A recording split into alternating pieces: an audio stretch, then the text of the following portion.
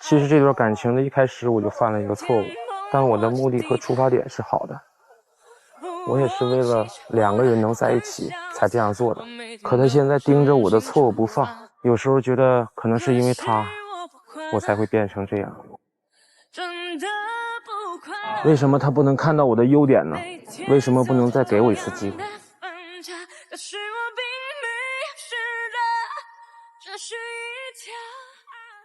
这是一段以欺骗开始的情感，以欺骗开始，它的结局注定就是分开吗？掌声请出这一对吧，掌声有请。男嘉宾小江32岁，来自黑龙江，是一名公司职员；女嘉宾小倩22岁，来自辽宁，是一名销售。来，有请2位，有请。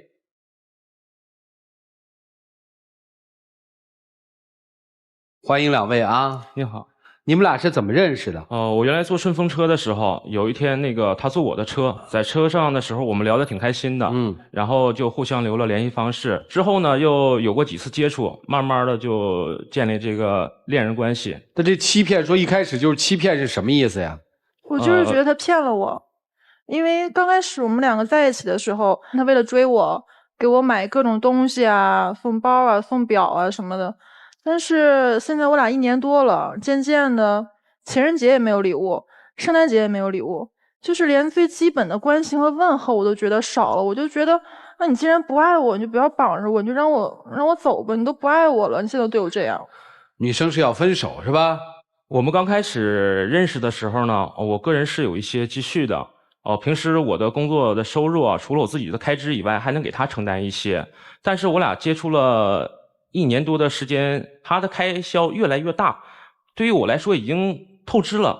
而且他总是买一些没有用的东西，什么鞋啊、包啊、衣服啊，有的衣服买了可能就穿了1次就不穿了。所以才给我买的吗？都是你主动给我买的。你觉得我漂亮，带出去有面子，所以你不断的给我买这些东西。我哪有一次我管你主动管你要？因为我要给他买这些东西啊，我管我的朋友借钱。到最后没有办法了，然后我白天工作嘛，下了班以后去做代驾，就是想多赚点钱。我要知道你那么辛苦，我不会同意的。你都没有告诉我这些事情。我知道你会说不会同意的，在你的字典里呢，就是同意跟买是2码事儿。我不会这么做的，我会心疼你。我是女生，我当然知道我心疼我自己的男朋友。其实我也挺努力的，我每个月啊都会给他一些钱，多的时候呢7、8千，少的时候2、3千。有的时候呢，我要给的少了，她身边的闺蜜啊或者朋友啊，有的时候还对我有一些讽刺。我们在一起出去吃饭的时候啊，他们就会说一些讽刺的话，而且都是在我旁边说的。如果咱们俩在一起生活，你要是不说的情况下，他们是根本不会知道的。其实我对这个特别讨厌。那些都是我闺蜜，跟我好多年了，我就平时不经意间喜欢把我开心的事情和不开心的事情去分享一下。我没有想到他们会跟你说，如果他们跟你说了，我不会同意的。你那些闺蜜啊，基本上都是那种爱嚼舌头的比较多，我感觉对咱俩没有什么好话。我闺蜜是真正的关心咱俩的感情。如果你身边的人，我感觉就是这种。如果你觉得你的面子挂不住了，我替我闺蜜道歉行吗？还有就是她单位啊，他们公司啊，就是大小的领导出差的时候，因为他们公司经常出差，总会带着她。你们公司只有你能出差，别人不能出差吗？主持人，我是做房地产销售的。我们领导之所以每次出差都会带着我，是因为我工作很努力。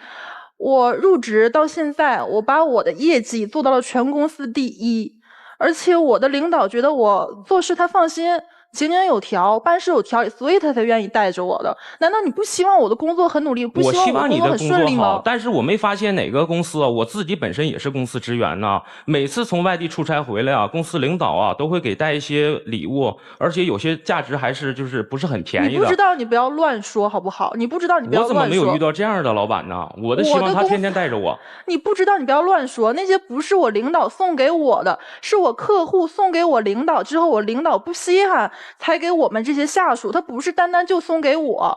而且我们领导人口碑真的很棒，你不要瞎说。他每一个下属他回来都会带一些小礼物，我没有就私自的去怎么样。那你每次出差的时候，为什么我给你打电话或者是发信息的时候，你总是不回呢？10回基本上也就能回1回吧，而且有的时候都很晚，你就那么忙吗？我跟你说过，我得到这份工作我真的很不容易，很不容易。我平时我努力做好我自己的事情，我只要一回到宾馆一回来，我马上给你回消息。而你呢，每次都睡着了。你真的是真的关心我吗？你不是关心我，你就是想控制我，你就是小心眼儿。你回话的那个时间都是基本是在凌晨了，我也不是钢铁侠，我也要睡觉啊。那起码我回你说我了，监视你，那起码是我回了，关心你，总比我第二天6点多、6、7点回你强吧？起码我心里还惦记着你，你知不知道？我不想像你上一个男友那样。你不要提我上一个男朋友，我前任，我现在不就是因为一张照片引发的塌方吗？说好不好？只是我跟我说，我跟我前任，我两个处了3年，之后他毕业了，说他想去大城市发展。我说行，你去吧。之后他去了，1年多以后，他跟我说，他说他经过自己这样的努力，他赚了点钱，给我们买了台车。我当时超级开心。之后他把照片发给我了，跟我说这车10几万，女生都有虚荣心嘛。那我就发了朋友圈，我说我男朋友给我买了十几万的车，我对车真的一点都不懂。他们就嘲笑我说这车其实才几万块钱。我就当时觉得我面子有点挂不住，我就一气之下跟我男朋友分了手。我非常非常的后悔。后来我又再找他，他就没有再给我回应，我俩就这样分了手。我男朋友起码是通过自己的努力，他赚钱买到了这台车，而你跟大伙说你那车怎么来的？你跟我说那车那事儿啊，其实我一直想跟你说，如果当时不是因为我开的是一辆好车的情况下，你会喜欢我吗？如果当时我骑着自行车，你会爱我吗？我不想告诉你，就是因为我喜欢你，我怕失去你。才不是这样的。您当时开的什么车呀？是宝马5系。我想说的就是这车这事儿。那天他跟我说他要把这个车送去4S店保养，我说你去吧。那天下大雨，晚上我在他家等他回来，完了之后我就看见那车在楼下停着，里面坐了个女的。我说这女生是谁？她给我支支吾吾半天不回答，我当时心我就凉了。我后来告诉你了，她就是我同学，就是我小学同学，我们关系特别好。你昨天还跟我说那是你发小，你们青梅竹马我们从小啊，10几年我们两家就是邻居啊，可以说是发小，也可以说是同学，本身就很多年的关系了。那你为什么不领着我去见见？你就这么羞于把我领出去吗？这不是，这是那天呢，正好是我们同学之间的聚会，后来正好啊，就是。那你为什么骗我说你去送去4S店保养？其实你们这俩事儿我早就知道了，咱俩1年多了，第3个月的时候，我不经意间看见你俩发短信，那女生说让你把车送去好好定时保养一下，就一些乱七八糟的话，我也不想多说，我就知道那车不是你的。但我一直在给你机会，我希望你主动跟我说车不是你的，这一切都是没有的。我不想欺骗你，我是想告诉你的，只不过就是一个时间差的问题。我们之间没什么，难道就是你跟我分手就是因为他吗？不，我跟你分手，因为你欺骗了我。我最讨厌别人欺骗我。你们两个活得都挺自我的。这1年多发生了这么多事儿，你们这么吵一定是不清楚的。下面我们用一个更简单的方式梳理一下，好吗？好的。两位的相识是因为顺风车软件相识的，对吗？对。当他的顺风车停到你的面前，你坐上车跟他聊天的时候，在你心里，你觉得这个车是他的还是别人的？他说是他的。那这个车是你的吗？这个车不是我的，是我同学的。这就是女生说的男生对她的欺骗，对吗？对。女生现在知道了男生在车的问题上是欺骗你的吗？我俩处了1年多了，我在第3个月我就已经知道了，但我还选择跟他在一起。但是你也没挑破这件事情。没有，因为他好面子。好像似乎刚才说到了一个什么坐在男生车里的一个发小和青梅竹马，是吧？那个车就是那女的的。她是在国外留学，1年的时候有时候回来1次到2次，我们有的时候同学聚会，然后呢，她回来的时候我就要把车给人家开了，正好那天我们吃完饭回来的时候，她就是送我，碰巧让她碰见了。那你为什么骗我说去4S店修？你可以把我领着，大家一起见个面吃口饭，很好啊。你心虚。因为是这样的，因为我喜欢你，我也怕失去你。本身他有点小心眼儿。是我家境挺一般的，但是我通过我自己的努力得到了这份工作。我平时都努力赚我自己的那份钱。我希望遇到那个人是一个很淳朴、很真挚的人，我们两个一起去创造我们两个的未来，而不是这段感情中充满欺骗的。女生再一次的说，我不要充满欺骗的感情。老师们怎么看呢？一起进入丘比特问卷。男方在告诉女方这车就是自己的时候，也就在那一刻，其实也是起心动念，觉得这个美女很漂亮，可能有一天她可能会作为自己的女朋友。也从那一刻开始，靠钱吸引来的女朋友，那你也必须在后面用钱和透支来维持这一种关系。今天你已经很落魄了，钱已经没了，女朋友马上就要飞了。你说的对，老师。女方呢，在被车成为和他联系在一起的那一刻，内心也产生了一种所谓的虚荣和动情。这个男人成熟的外表，再加上有钱的身份，赢得了芳心。女生口口声声说我最讨厌欺骗，乃至于上一段情感也是因为欺骗而受伤害。所以对此念念不忘。但是为什么没有在3个月知道这个车不是男人的而断然分手，而要维持到1年后的今天？因为我一直都在给他机会，一直在给机会，我一直都在等他让他跟我说实情。我们也在思考，在给机会的过程当中，其实你已经知道3个月后他所花的钱那就不是他的了但是你依然在花着他的钱。没有，当我知道之后，我从来没有主动管他要过钱。3个月以后就没有再花他的钱了。来，没有再要钱。你来告诉我是这样吗？不是这样的。OK， 那就很清楚了。雨生，你怎么能这么说？你听我说完。想找有钱可以是你的标准，但是不要在感情出了问题的时候把这个一下子推翻，一点和钱关系都没有。从你在出差的时候，他给打你电话，后半夜才回，一个这样的小细节就知道你是一个重事业而轻家庭的人，所以有可能来推测你也是偏重物质的人。其实本没有错，错就错在你否认他。到现在这个男人已经无法在金钱上供应你，同时他也没有办法轻松的爱你的时候，你现在是人财两疏。那么女生她的钱也供应不了，她也无法再给你一个真正自主的爱，那你何必苦苦再去向对方索取呢？所以2个人一拍两散是最好的结局。我觉得刚才有一个问题必须弄清楚，男孩你说每个月都给他零花钱，多的7000，少的2000，是到现在都一直会给吗？之前2个多月以前，然后就没给了，然后2个多月以前，也就是说你给了1年啊？对，女孩子认为说没有是吗？没有的，我当第3个月的时候，我知道这件事情，他主动给我就没有再接，而且我自己也有我自己的工资。他说他腰不好，我都主动花我自己的钱去给他买。他说他母亲过生日怎么样，我都花了很多钱去给他。当我内心知道这个第3个月，我知道实情的时候，我知道他的苦衷，我知道他是真心对我的，我就没有再这样。他给我钱我都不接受的，但是他虚荣心，他希望我把我包装的漂漂亮亮领出去。对呀，他给你的包装费你接了吗？3个月之后我就没有再接。那你们俩谁在说谎？这个问题是这样的，就是我们在一起啊，我给他的这个钱呢，因为他会去我家嘛，有的时候就是我会说你去买一些什么东西吧，我就把那个钱基本上就会放茶几上。之前他跟我说过，是跟我讲过啊，说我不会再拿这个如何的了。我说你去买这个东西，买那个东西吧，我只是换了一种方式，就变个相，他不算拿我钱，只是就是说去买什么东西了，2人共同要用这些东西啊。我自己平时的工资够我买衣服，够我买包，什么都够了。我如果知道他会给我买，3个月之后他会给我买，我一定不会同意的。我会心疼这钱，我知道这钱肯定来的，这地方是不清不楚。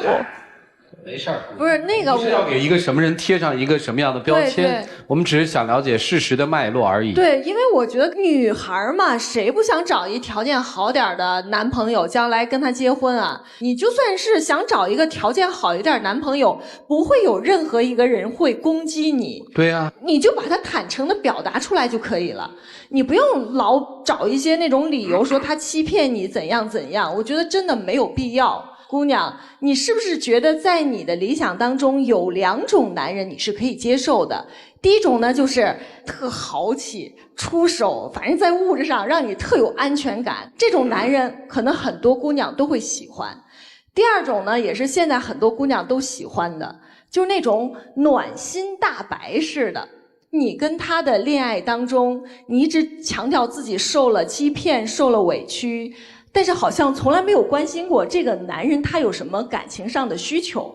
如果想跟他在一起，考虑一下他的情感需求。如果你就觉得我绝对做不到，那么我鼓励你，姑娘，做一个真实的自己，要比做漂亮的自己更受欢迎一点。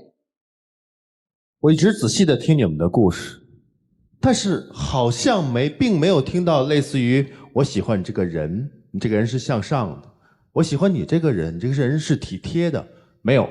我们听到的都是车、钱，无可厚非。我们对于另一半的物质条件有要求，这都是可以的。包括你对自己的生活品质也是有要求，都是可以的。但是女孩有一点很奇怪，你和前男友分手也是因为车，而也是因为车的价格不是你想象的那样，你觉得丢面子了，分手了。好。第二男人恰恰也是因为车出现了，你可能觉得他开了一辆宝马，那他就是应该拥有那样实力的男人。也许他出现的那个时间，恰巧是我需要有人来陪伴的那个时间。哎，你自己找到了问题点，你其实并没有准备好真正谈一场恋爱，突然他进来了。还有3个月，你已经发现了他的问题。如果在那会儿，你可以跟他说，不好意思，你在欺骗我。我选择退出，因为这才应了你那句话，我是不接受欺骗的女人。可你没有，你还是在跟他交往，你为的是什么？可能是我太缺乏安全感了，他能给我安全感，他很照顾我。没错，这就是另外一个问题。你觉得给到你足够的钱，物质生活就是安全感了吗？恰恰相反，本末倒置了。真正的是说，这个人的真心是在你身上，而不是钱花在你的身上。所以女孩不要把眼睛只盯在物质上，而试图用物质代替爱情，这样你会倒很大的霉的。这个男孩呢，我丝毫也看不出你有多爱他，你是越付出越不能收了。为什么？你觉得已经付出了时间、金钱，甚至于很多的心计，你的成本太高了。如果原先只是一句谎话，开着别人的车说这是我的，原先只是给一些小礼品，可现在不是了。你每个月给个几千块钱，你付出了很多，你的成本越来越多了，你也覆水难收了。可你真正的是爱他吗？其实也不然。真正爱一个人要心怀坦荡的去爱，让他真正了解你。你让他真正了解你了吗？没有，你始终是在包装着一个假的面具。但是呢，他了解你吗？不。你了解他吗？其实也不。所以你之间没有谈爱情，只是在进行了在某一个错误的时间出现了一个错误的人，然后错误的待了一段时间。今天这个梦该醒了。如果有个男生家境不错，却在你面前装穷，你会原谅他吗？我要看他真心是否对我好。有一次在做一个节目的时候，有一个女生说，我在相亲的表格上把我本身的年薪填少了一半。在相亲的过程当中碰上一个年薪很高的一个男生，40多岁。两人在相处之后，他发现那个男生是没钱装有钱。后来那个男生也发现了这个女生是有钱装没钱。当时我就说了这么一句话，我说你们俩彼此彼此，半斤八两。他骗了你，你也骗了他。他马上十分反感地说，我没骗他，他骗我是恶意的骗，我对他是善意的谎言。所以说刹那之间让我感受到，其实生活当中有一类人，这一类人当中大概包括你这样的人，就是不是以事件本身的性质来衡量他的对错，而是以对方的身份来衡量事情本身的严重性。生活当中很多人都在做着这种非常矛盾的事情，包括他明明知道他是养不起你的，但为什么还要自以为之呢？你明明知道他在撒谎，你为什么不去戳穿他，尽早的去制止这种所谓的继续犯错？只因为一句话，有钱的滋味真好，所以就继续装吧。我不相信他是不知道他有到头的那一天，他有支付不起的那一天，他知道的，为什么他还卖命的去做事，去借钱？我想他内心大概是已经形成了这样的一种方式，因为在负担你的费用的同时，把你打扮得漂漂亮亮的同时，他脸上也有面子。他被这种虚荣所笼罩。你明明知道他养不起，你还不说，你还刹不住车，因为这种感觉真好。一旦要是戳破，这种日子不复存在，你们可能内心都很清楚，我们之间还剩下点什么呢？什么也没有。所以就像那几位老师所说，其实追求富足的物质生活本身没有错，但追就追嘛，真实一点。就这样。每个人大概心里都有那么一个爱情和婚姻的梦，我们其实最需要做的是正视自己。所以有时候你在想，什么是伟大的作品？就是很短小，他讲了一个道理，那么多年来都很好使。为了参加朋友的婚礼，借了一条项链，花了很多年去还那个项链的钱，后来才知道，老板富人家借给他的珍珠项链是条假项链，几十年的苦日子白过了。项链的故事，这也不一样吗？是吧，姑娘？我曾经在感情空虚的时候，我突然发现好像一个白马王子到来，他可以填补我的空虚。后来发现他不是白马王子，他骑的是白马王子的马，穿的是白马王子的衣服，但他不过就是白马王子的一个侍从。不过没有关系，因为他在我身边的时候，至少别人知道我是个公主。那牵马的侍从也是一样的，没关系，只要公主在我身边，那我就是一个王子。后来生活教育了你们，你也不是公主，你也不是王子，回到现实里吧，有爱就在一起，没爱趁早分开，不要再纠缠了，一起进入柔顺拉芳黄金60秒。我其实挺珍惜我们俩刚开始在一起的时候，我特别喜欢给他做吃的，他喜欢吃什么我都会给他做，就算我不会做的我也会尝试着，就算做的不好吃，俩人在一起吃的其实也挺开心的。我希望你呢能回想一下我们在一起的时候，我是真的爱你。我其实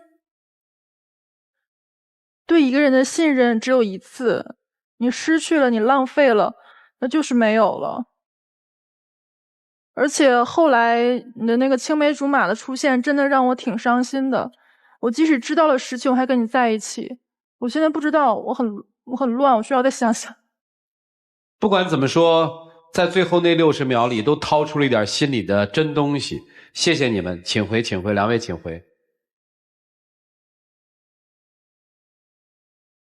请关门，还是那句话，君子爱财，取之有道，不要被物质绑架，这个东西太虚了。下面看看这一对他们怎么选吧。请开门，请开门。谁还记得是谁先说永远？来，姑娘。